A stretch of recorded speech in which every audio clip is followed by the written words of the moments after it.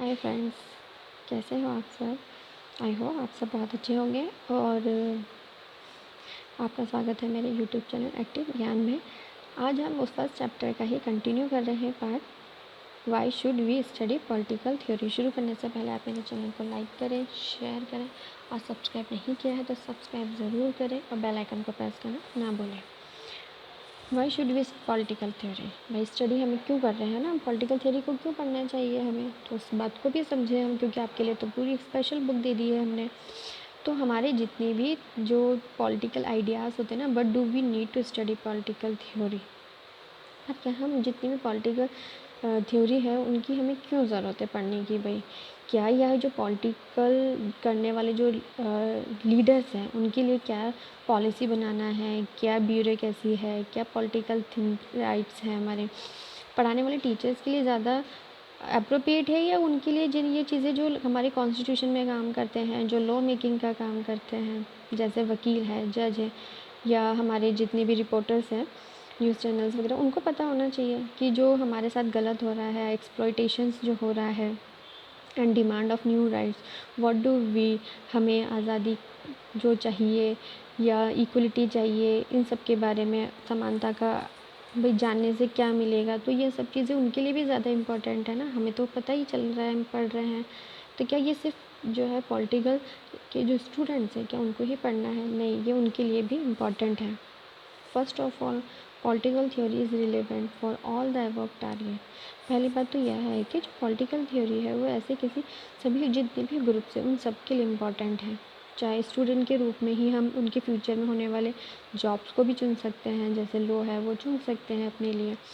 इसीलिए हम डायरेक्ट रूप से हम ये अभी तक डिसाइड नहीं कर पा रहे कि क्या, जैसे हम मैथ्स की बात करते हैं ना, जो मैथ्स नहीं पढ़ते हैं, जबकि हम में से सभी मैथ्स या इंजीनियर नहीं बनेंगे। जो मैथ्स पढ़ रहे हैं, नहीं पढ़ रहे हैं, तो सारे के सारे मैथमेटिशियन या इंजीनियर्स नहीं होंगे। क्या इसलिए नहीं? क्योंकि उन्होंने बेसिक जो अर्थमेटिक है वो अपनी लाइफ में उपयोगी होता है। भी आप अपनी जो पूरी मैथ्स पढ़ते हो तो क्या आपके लाइफ में पूरी मैथ्स काम में आती है? डिग्नोमेट्री वगैरह में आपको जो चीज़ होता है, आपको एडिशन सब्सट्रैक्शन, वही आपके लाइफ में काम आता है।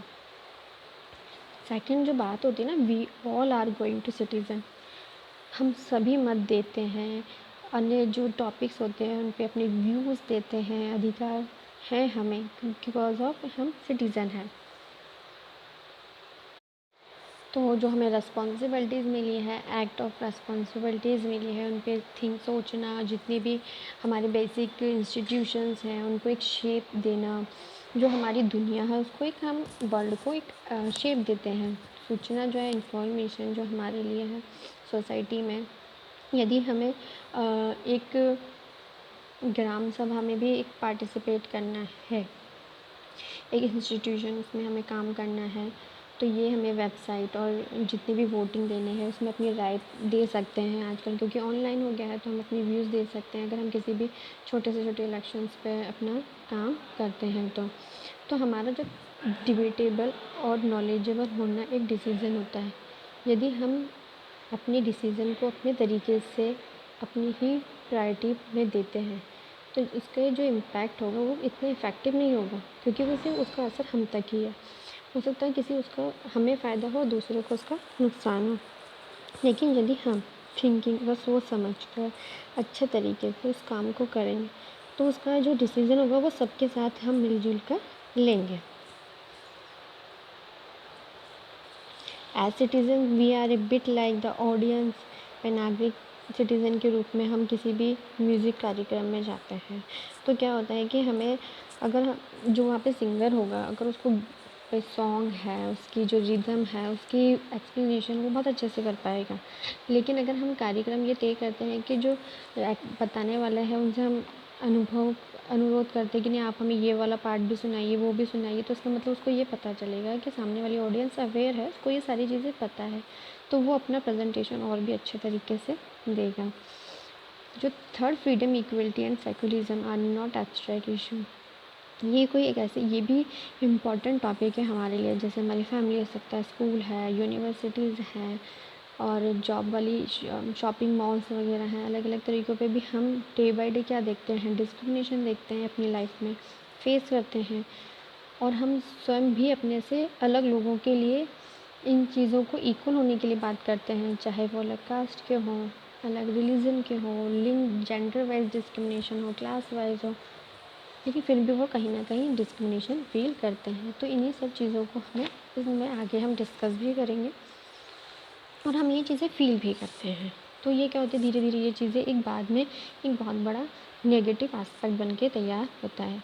यदि हम विशेष जो अधिकार हैं अगर उनको डेवलप कर लेते हैं तो हम एक रिस्पेक्ट के लिए, संघर्ष के लिए, अपनी जॉब के लिए भी कोई हमें मना नहीं कर सकता। अगर आप एलिजिबल हो तो कोई आपको इस चीज़ के लिए मना नहीं करेगा, क्योंकि भाई आपने एजुकेशन ली है तो आप उस जॉब के लिए अप्रोप्रिएट हो, इसीलिए तो आपको किसी भी ग्राउंड लेवल पर आपको मना नहीं किया जा सकता।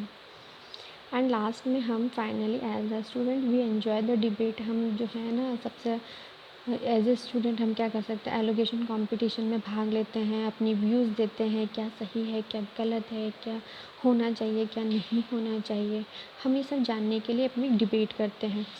जब हम दूसरों से बहस करते हैं ना तभी हमें अपने विचारों को अपने को बचाने के लिए करने की ज़रूरत महसूस होती है।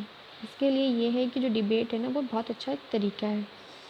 पॉलिटिकल थिंकर्स जो सिद्धांत है, पॉलिटिकल थ्योरी है, वो हमें न्याय यानी जस्टिस, इक्वलिटी के बारे में सिस्टमेटिक तरीके से नॉलेज देता है, ताकि जो हम अपने व्यूज़ को अच्छे तरीके से प्रेजेंट कर सकें, डिबेट अच्छे तरीके से कर सकें, बहस कर सकें और इसका इम्पैक्ट बहुत अच्छे तरीके से आ सके, जो कि हमें ग्लोबल इंफॉर्मेशन ऑर्डर में भी हमें हेल्प करता है। तो ये टॉपिक यहीं तक था, ख़त्म होता है।